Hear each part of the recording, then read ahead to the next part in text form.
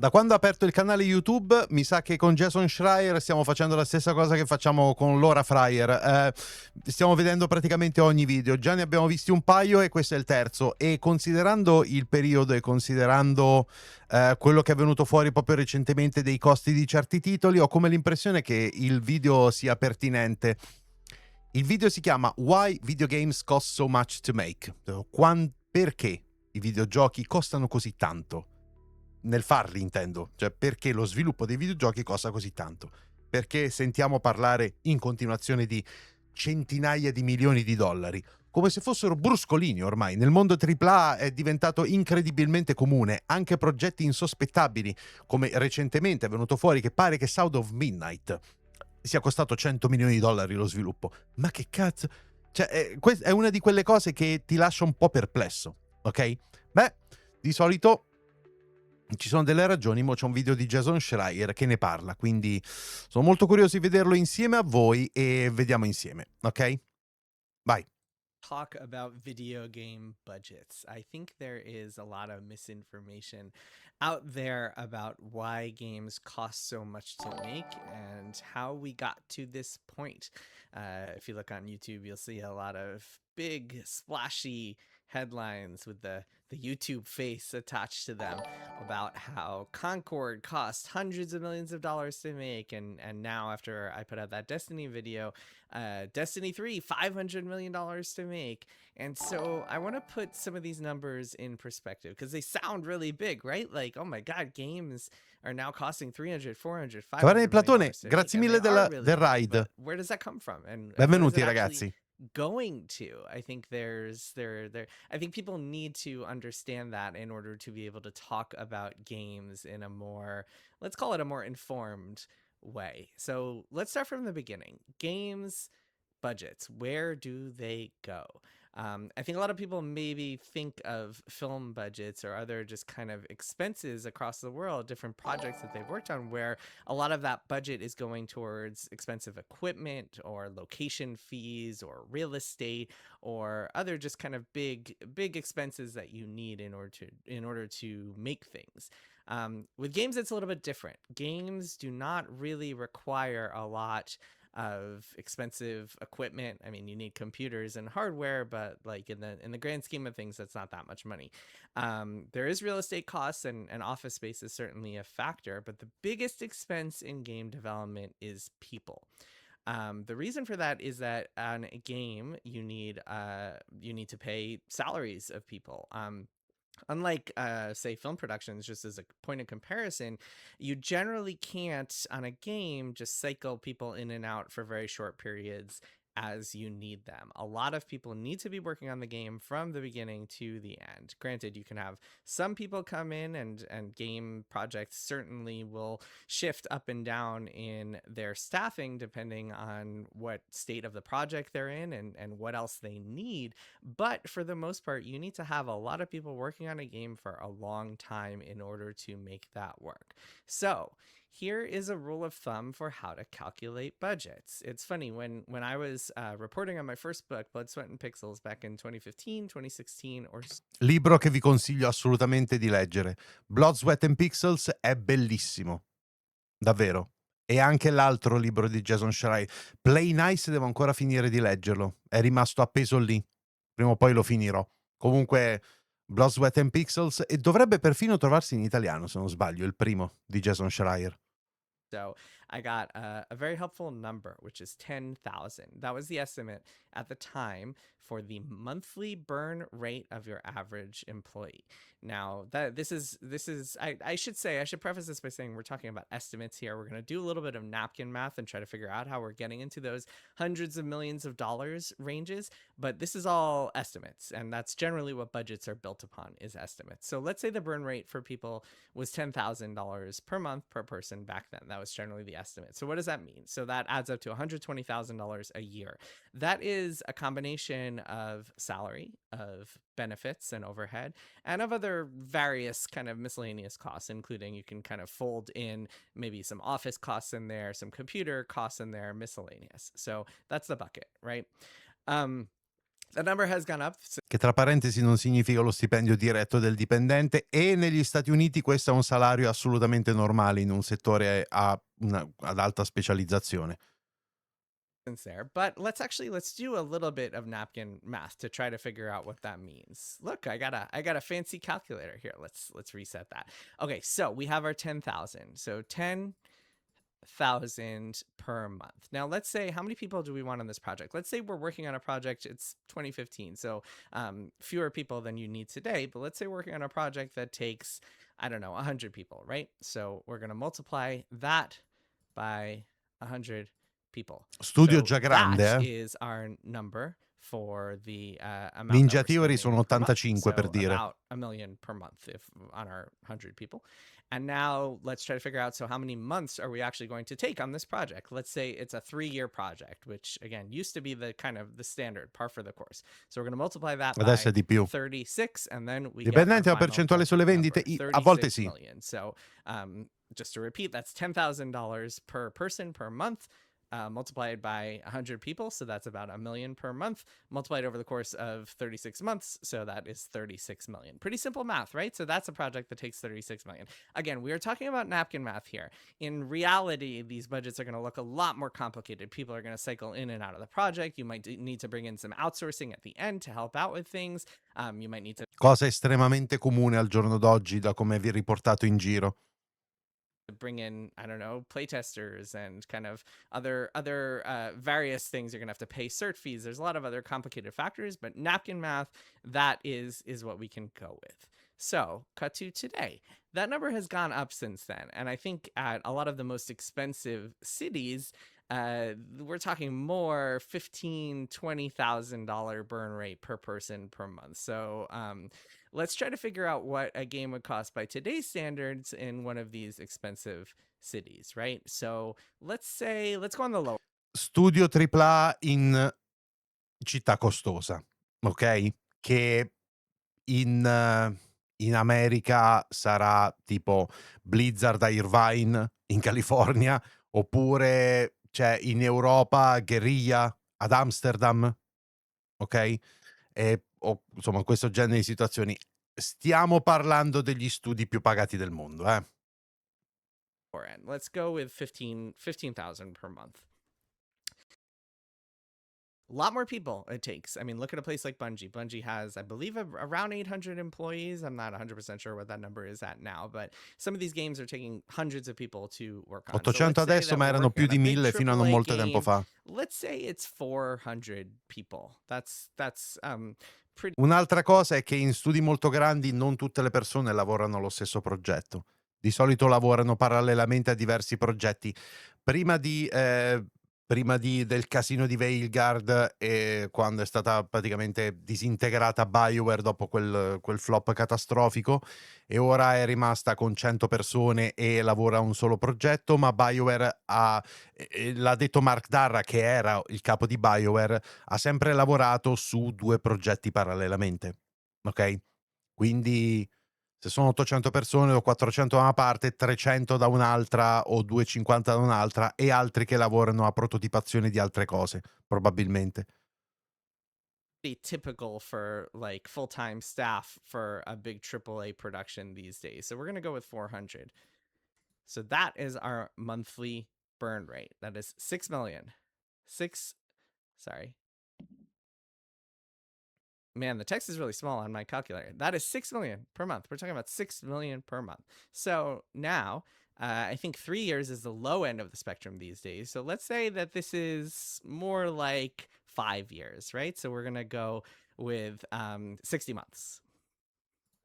And now we are at a much bigger number. Now we Ed ecco qua, at $360 million. 360 milioni di dollari. See how we are getting into the 300 million plus territory just by multiplying some of those numbers by a little bit. $360 million for a video game. So again, that is a burn rate, and this is kind of the low end of the burn rate, $15,000 per month for a team of 400 people across 5 years. That is 360 million. Sì, ma a parte gli stipendi, cosa fa spendere soldi sul puro lavoro del computer? Altre spese ci sono sicuramente, ma basta fare il calcolo sugli stipendi già di adesso. Ho fatto l'esempio di Bungie, 400 persone, progetto di 5 anni in una città costosa, 360 milioni di dollari. È venuto fuori così, con questa facilità. Dollars. And if you look around the industry, like you've seen, it's very public. Some companies come out with a game and then don't come out with another game for 5-6 years. So these numbers are not just made up here. This is real. These are real timelines. You can also, some of them are public about their staffing numbers. Some of them have been very transparent about that. Otherwise, you can kind of look on LinkedIn and get a sense for how many people are at a company. Some of these companies have thousands of people, so we might be going into numbers way higher than this.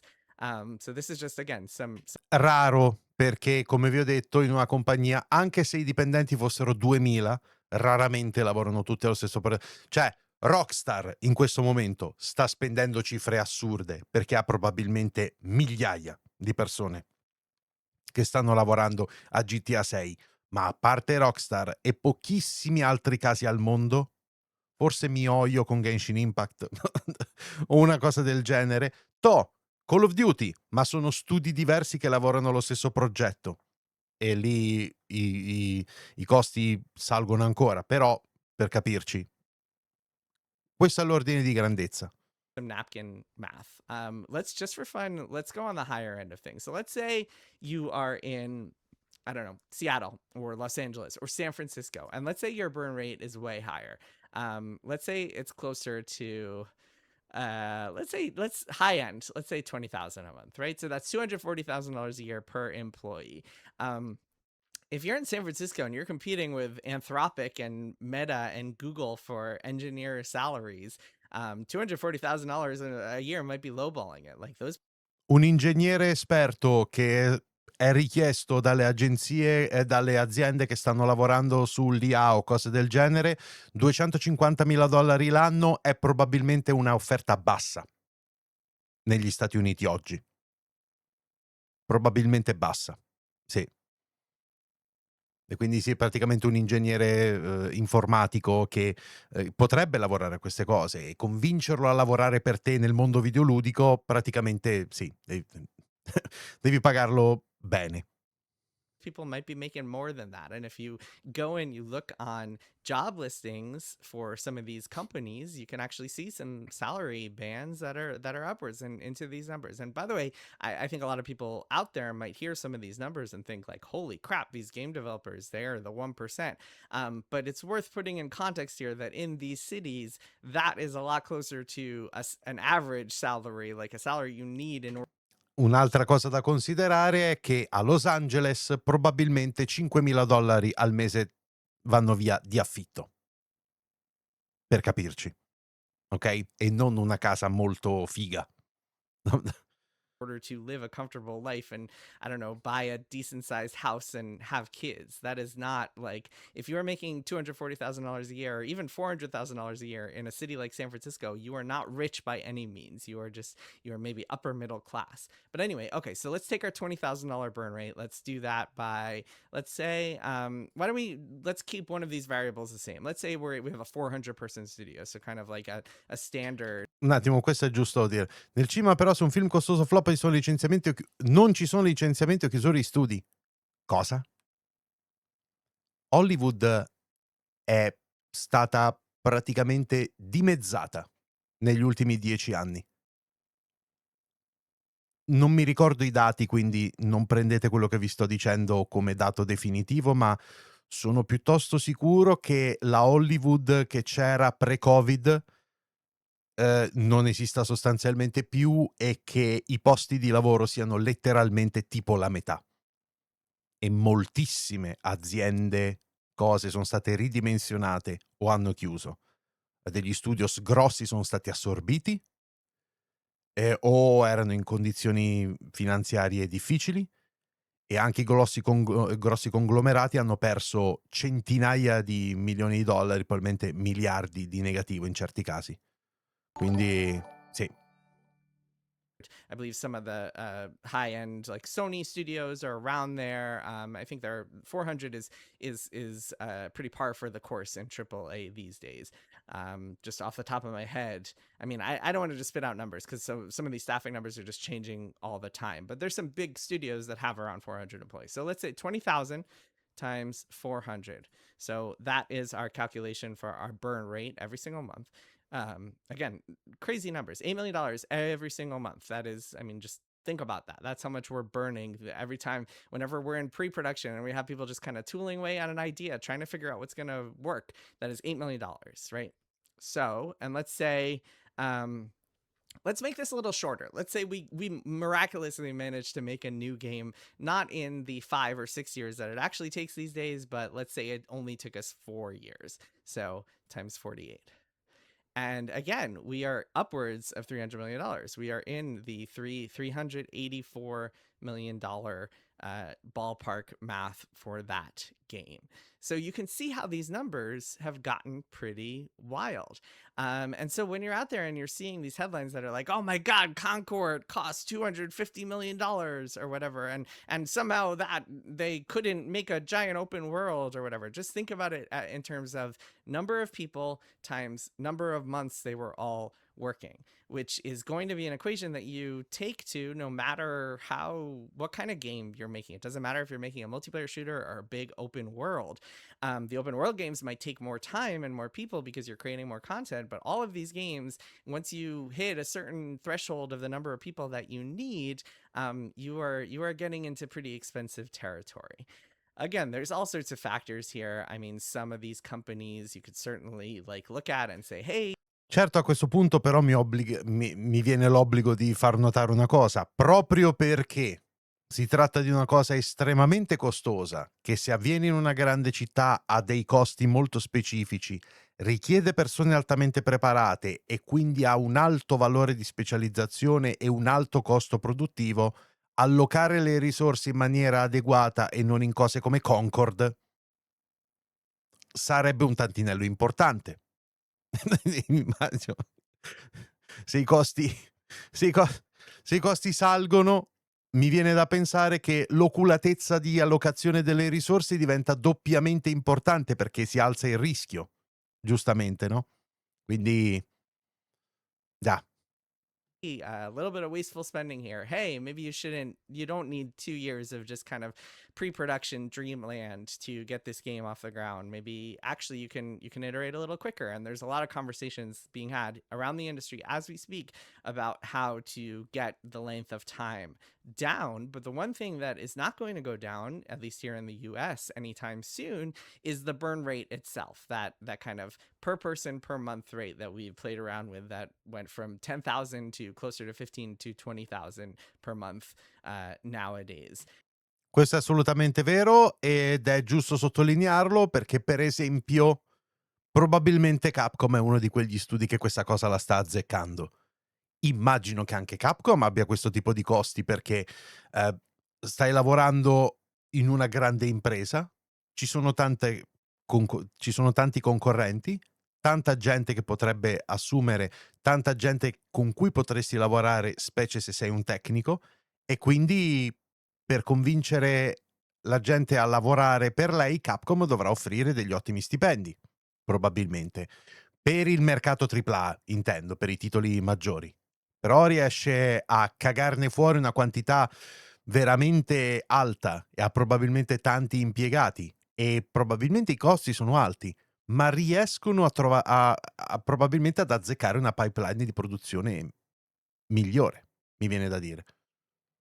And the reason for that is just that the cost of living in the US has just skyrocketed enormously. And in order to keep up with inflation and with competing companies, and in order to give people a standard of living that they deserve, you need to be spending that kind of money. This is the main reason that we are seeing a lot of game companies look elsewhere outside of the United States for development. Questa è una cosa assolutamente vera. Al giorno d'oggi sempre più manodopera, diciamo, terza viene utilizzata e spesso questi studi sono al di fuori del mondo occidentale, non a caso. Sono degli studi che si sono specializzati magari nel sud-est asiatico o cose del genere per offrire supporto a studi più grandi, e l'utilizzo di queste risorse sta aumentando, non sta diminuendo. E infatti è una cosa che salta spesso fuori, tipo: "Scusa, hai 800 dipendenti, perché cavolo devi dare lo sviluppo di questa cosa a terzi? Per abbassare i costi, perché altrimenti, me ne servivano 1200 di dipendenti, mi costava molto di più. Quindi preferisco dare una parte del lavoro fuori e fare le cose così." Quelli di Expedition 33 hanno fatto così, ma è molto comune nel mondo del gaming al giorno d'oggi, anche con studi grossi, anche con studi molto grossi. Some of them are staying here for sure. Some of them are staying here and then doing co-development or outsourcing elsewhere. Outsourcing has been a thing in the games industry for a very long time, but it's really picked up in recent years to the point where, again, it's Esatto, been called co-development because it's a lot of just kind of esattamente. we might have a small team of 100 people here, and we are working with teams all over the world to do these piecemeal things for our games, and therefore that is going to cost us less because we don't need to hire those people full time and just have them in our studio every single day, just watching that burn rate go up. Instead, we can bring them on in and out as we need them. And that, I think, is something that we're going to see more and more of as time goes on. But at the end of the day, that Ciao Tavian. is fundamentally why these numbers are going up. It's a combination of salaries going up and the amount of time it takes to make games going up. You should check out, I'm going to throw a link in the description of this YouTube video to my Bloomberg article. Some of the Bloomberg articles I've done about why costs are going up and the mismanagement that is involved there and the waste, and also just the realities that everybody is trying to deal with. Some of these problems, and I think that maybe yeah, if you watch a lot of YouTube videos, maybe you've seen a lot of people just trying to blame people and saying, "Oh my God, these developers are so lazy. Oh my God, these managers are so greedy." And sometimes there's some truth to that. And if you've followed my reporting over the years, I'm sure you've seen stories about both of those things being true at times. But the biggest factor is just the economic reality that everybody is trying to navigate in 2026. Max, ciao, benvenuto The in chat. extreme competition, the swelling of budgets, the exponential growing of timelines, the fact that it takes more and more people to make games, more and more time to make games, that is what is causing these budgets to get out of control. Before we say goodbye, let's do one more. Let's play around real quick with one more thing. I wanna try the highest end of the highest end. So let's say we have a team and we're high end, right? So let's say we're all in San Francisco, and let's say we have a huge team. Let's say we have a team of 1,000 people in our game studio in San Francisco. So so our burn rate is $20 million a month, right? So that alone, I mean, think about that. That means that in a year you're spending $240 million. But let's say that we are spending, let's say we're really going all out. We're making an open world AAA RPG with tons of immersive systems and options and all sorts of cool stuff that you can do in this game. This is our fantasy game. Times, let's say it takes 5 years, 60 months. Let's say it takes 60 months to make. So now we are getting into the more than $1 billion territory, $1.2 billion for this game. Ed ecco che si spiega molto più facilmente GTA, no? Credo che sia un po' l'esempio che stava cercando di fare lui, So yeah, I mean, you can see how L'altro these video sulle numbers are 3 lo getting out of vedremo. control. So whenever you see a game, I want to do a little bit of a thought experiment here. And Sì, this poi is not, finito il video I think that giochiamo. like there's certainly Che era successo ai sottotitoli? Gli profit ha to be preso un made ictus. from getting Vabbè. people angry and making rage videos. That's not what you'll find here. For me, you will always find a level-headed, hopefully a little bit of an informative approach to this stuff. But just think about this: the next time you see a game announced, especially from a Western company, think about the last time that you saw a game from that studio. Like theoretically, let's say that Sony Santa Monica announces their next game at the State of Play next week. I don't know if that's going to happen, but let's Questo video era precedentemente allo State of Play ed è esattamente quello che è successo poi. let's say it does, hypothetically. Their last game was God of War Ragnarok in 2022. So let's say they announce it next week and then it comes out in 2027. So that'll be a 5-year gap between those two games. So think about these numbers, maybe try to figure out how many people worked on that game. Maybe they're in Los Angeles, so pretty high on the burn rate scale, 15,000 you could play around with. And just think about that. Like, think about how much money goes into these things. And then you will have a better understanding of why things are the way they are, why game companies are trying to charge more for their games, which has not worked, not been an effective tactic.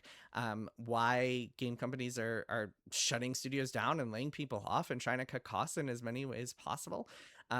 This is where we're at, and that burn Lanciato rate, l'esca, secondo me una notizia original dentro number, no, 10,000, perché 15,000, 20,000, letteralmente l'ha fatto that prima you dello can State get of a Play, lot quindi non lower si if you sapeva. were going to cheaper countries, to countries that don't Però i provide the rumor same kinds c'erano. of salaries and benefits that you see here. Another big part of this equation for a very long time, and still to this day, was Cliente, always tax buonasera. credits. Because if you can shave off, if you are Magari in lui sapeva Montreal già, and the forse, Montreal government is forse. giving you a 30% tax credit on the people that you hire, then you are seeing a massive discount on that budget. You are seeing a significant amount of that money coming back to you in the form of tax credits, and so it is much cheaper overall.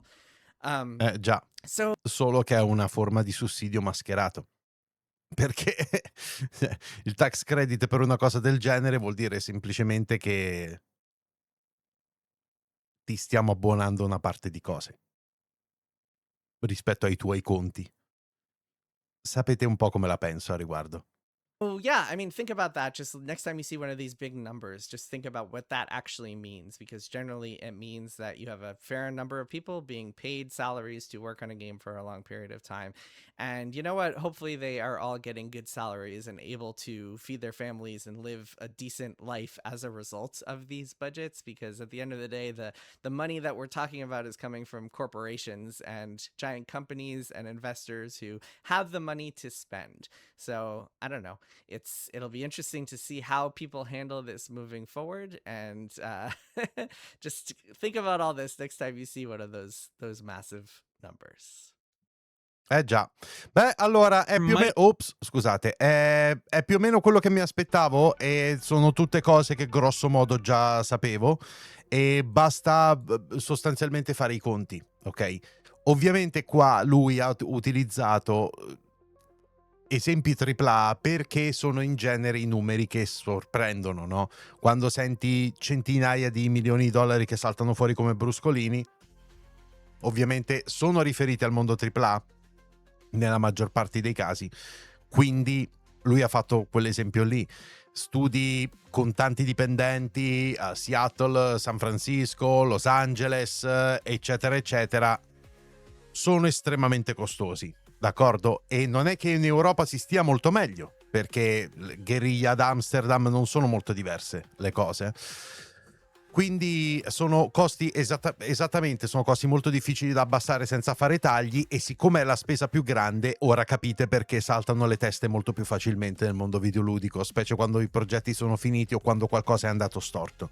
Perché è ovviamente un costo da tagliare. Lì però c'è un altro problema, perché lo studio diventa una sorta di creatura vivente con un suo know-how e un suo modo di lavorare, che poi se ne va a puttane nel momento in cui tu rimuovi un numero eccessivo di persone, e quindi lì poi non hai soltanto un risparmio sui costi, hai anche però una perdita di know-how e una perdita di capacità produttiva che è difficile rimpiazzare.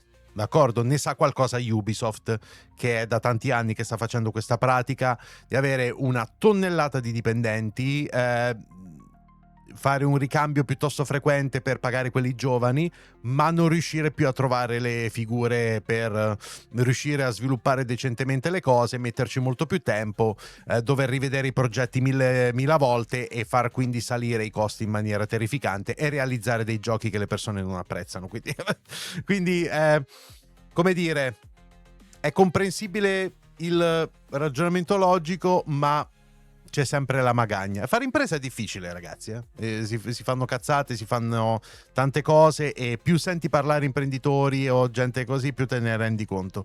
Quindi onestamente Proprio questo quasi non si osa più, perché poi se floppi la perdita è tanta, già c'è molta paura e si cerca di andare molto sul sicuro cercando di seguire tabelle e dati verificabili, ma se fai questo c'è anche lì un problema, ma ne parliamo un'altra volta. Comunque molto figo questo video di Jason Schreier, molto semplice in realtà, cose che magari molti sapevano, però messe così sono molto più comprensibili secondo me, quindi fatemi sapere che ne pensate.